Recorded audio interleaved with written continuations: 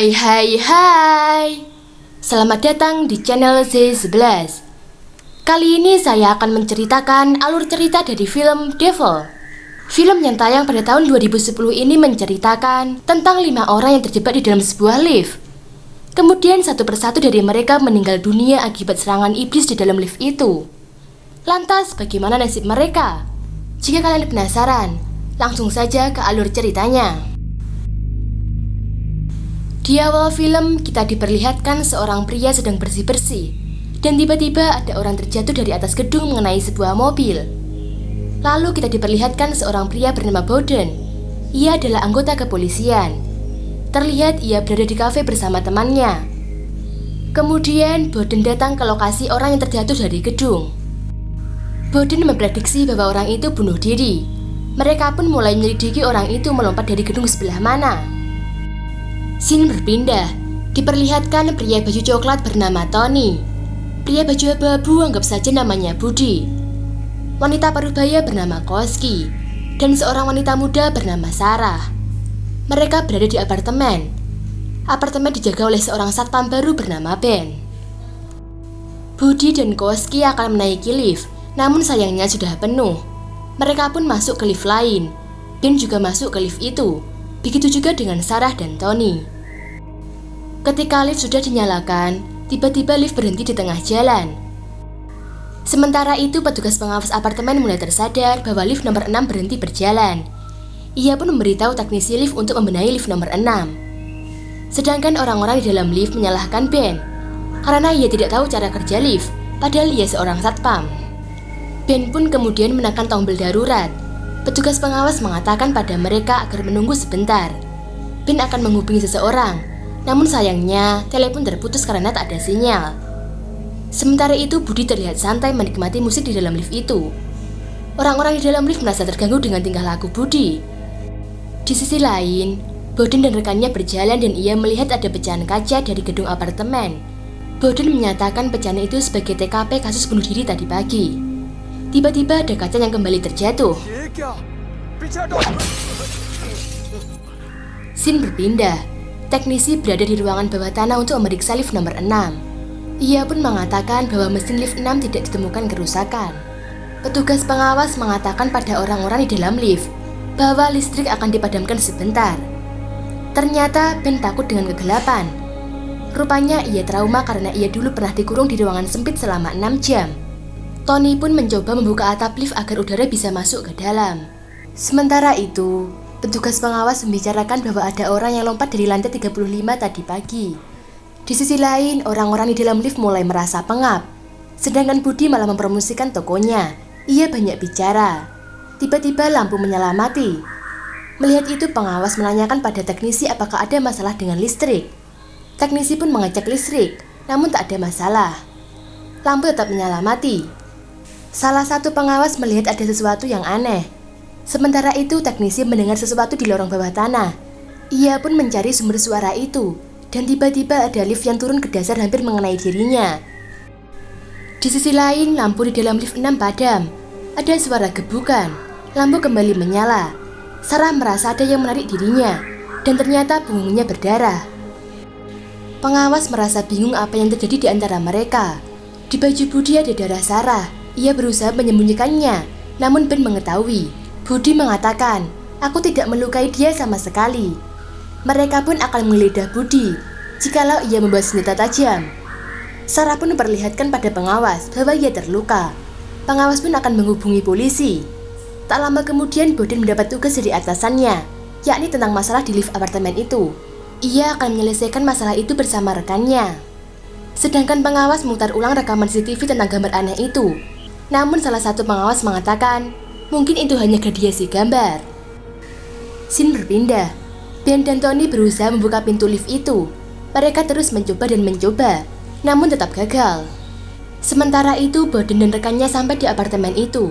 Pengawas memperlihatkan seorang pria yang diduga melukai salah satu wanita di situ. Bowden pun menyuruh rekannya untuk mencari informasi orang-orang yang terjebak di dalam situ. Bowden kemudian menyuruh orang-orang untuk memperlihatkan SIM atau KTP mereka. Kemudian mereka mulai mencari informasi tentang orang-orang itu. Sedangkan salah satu pengawas masih mengawasi mereka.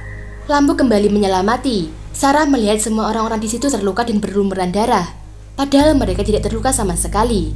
Dan seketika lampu mati. Kaca pecah. Ketika lampu menyala, Budi terluka dan meninggal dunia. Melihat itu, pengawas manggil polisi dan rekannya. Salah satu pengawas mengatakan, mungkin ini ulah dari iblis yang membuatnya terluka. Dan mungkin iblis adalah salah satu dari mereka. Budi memutar ulang rekaman CCTV. Sementara itu, orang di dalam lift bingung siapa yang membunuh Budi.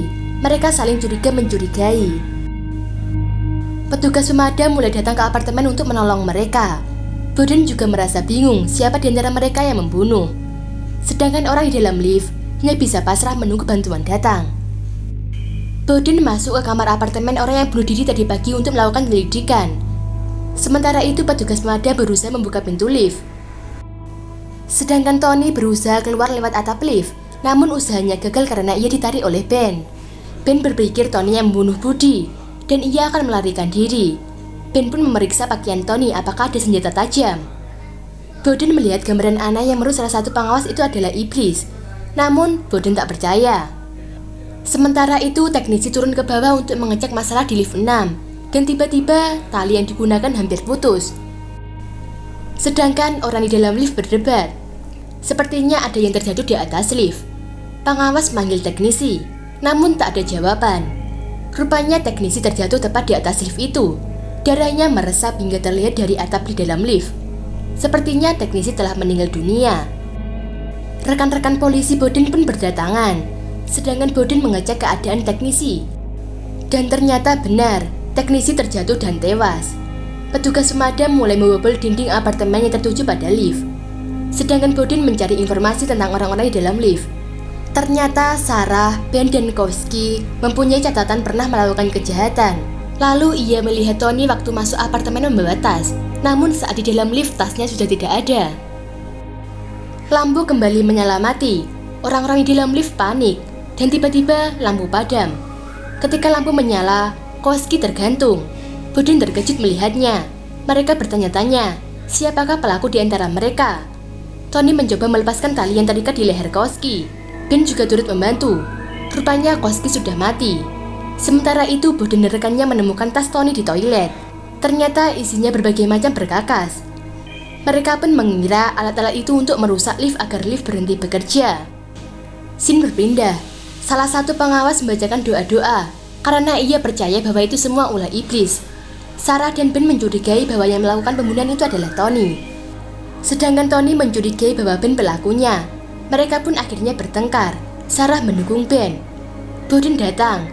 Ia pun mengatakan agar mereka menghadap tembok dan meletakkan tangannya di tembok. Rekan Bodin mengatakan bahwa Sarah berasal dari keluarga jahat. Ternyata Sarah pergi ke apartemen itu untuk menemui pengacaranya. Lantas Bodin mencari pengacara Sarah. Pengacaranya tak mau membuka informasi tentang Sarah. Di sisi lain, pemadam mulai membobol tembok besi. Sedangkan salah satu pengawas berada di ruangan bawah tanah untuk mengecek keadaan. Ia melihat ada konsleting listrik. Ia pun berusaha menyingkirkan kabel yang berada di tanah. Dan tiba-tiba, pengawas tersetrum. Ia tak berdaya. Scene berpindah di dalam lift. Sarah merasa pegal. Tony pun terus menyuruh Sarah agar menempelkan tangannya di dinding. Bodin mendapat informasi bahwa Ben adalah mantan satpam suami Sarah. Bodin mengira bahwa Sarah dan Ben bekerja sama untuk membunuh orang-orang itu. Lampu di dalam lift kembali menyala mati. Lampu kemudian padam. Bodin menyuruh orang-orang di dalam lift menyalakan handphone. Namun tiba-tiba handphone mereka tertarik. Ketika lampu menyala, Ben meninggal dunia. Rupanya Sarah dan Ben tidak bekerja sama. Tony dan Sarah pun saling mencurigai. Mereka kemudian mengambil pecahan kaca. Mereka akan membunuh sebelum dibunuh. Sedangkan pemadam masih terus berusaha membobol tembok yang menghubungkan lift. Bodin memberikan nasihat dan menyuruh mereka meletakkan pecahan kaca itu. Sarah pun meletakkan pecahan kaca itu. Begitu juga dengan Tony. Lampu kembali menyala mati. Kemudian lampu padam. Ketika lampu menyala, Sarah sekarat.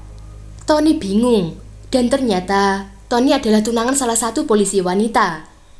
Tony mengisi daftar tamu di apartemen itu, dan ia orang baik. Lantas siapa pelaku pembunuhan itu? Dan tiba-tiba Kowski kembali hidup. Tony ketakutan. Lalu kita diperlihatkan kejadian masa lalu. Saat itu Tony menabrak sebuah mobil. Tony melihat wanita yang ia tabrak sekarat, dan anaknya meninggal dunia. Tony pun melarikan diri. Rupanya arwah yang Tony tabrak merasuki tubuh Koski.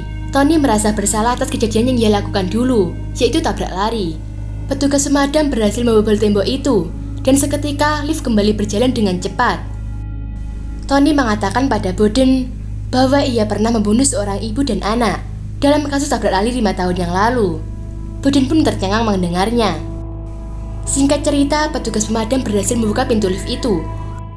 Dan ternyata, Koski sudah tidak ada di dalam situ. Mungkin dibawa pergi oleh arwah yang merasuki dirinya. Jenazah yang ada di dalam dibawa keluar. Sedangkan Tony akan dibawa ke penjara karena kasus tabrak lari. Ketika di perjalanan menuju kantor polisi, Bowden mengatakan bahwa yang Tony tabrak itu adalah istri dan anaknya. Namun Bowden telah memaafkan Tony. Dan film ini pun berakhir. Bagi kalian yang belum paham dengan alur ceritanya, nih aku ceritain ulang menurut versiku. Jadi ada 5 orang yang terjebak di dalam lift. Ketika lampu mati, pasti ada salah satu dari mereka yang meninggal dunia. Mereka pun saling mencurigai siapa di antara mereka yang membunuh. Dan pada akhirnya, tinggal Tony yang tidak terbunuh. Ternyata yang membunuh orang-orang itu adalah arwah dari orang yang pernah Tony tabrak dulu. Arwah itu tak terima karena Tony tak bertanggung jawab. Dan ternyata yang Tony tabrak itu adalah istri dan anak dari Bowden, seorang polisi 5 tahun yang lalu. Tony kemudian menyesal dan ia mengakui kesalahannya. Ia pun dibawa ke penjara. Kurang lebih begitulah ceritanya. Oke guys, terima kasih buat kalian semua yang udah klik video ini. Bagi kalian yang belum subscribe, silahkan subscribe terlebih dahulu agar tidak ketinggalan video terbaru dari seri 11. Sampai di sini dulu ya guys. Jaga kesehatan dan sampai jumpa.